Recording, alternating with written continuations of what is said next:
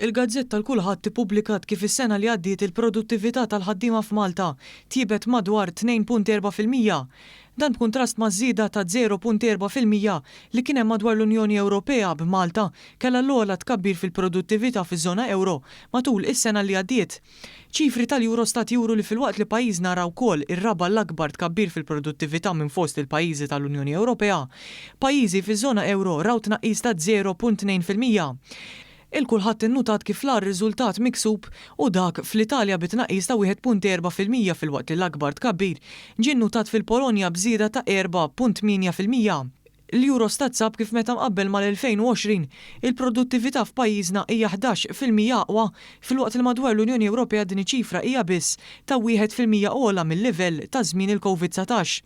Il-prodott gross domestiku ras għal ras ta' Malta issa huwa 9% ogħla mill-medja tal-Unjoni Ewropea.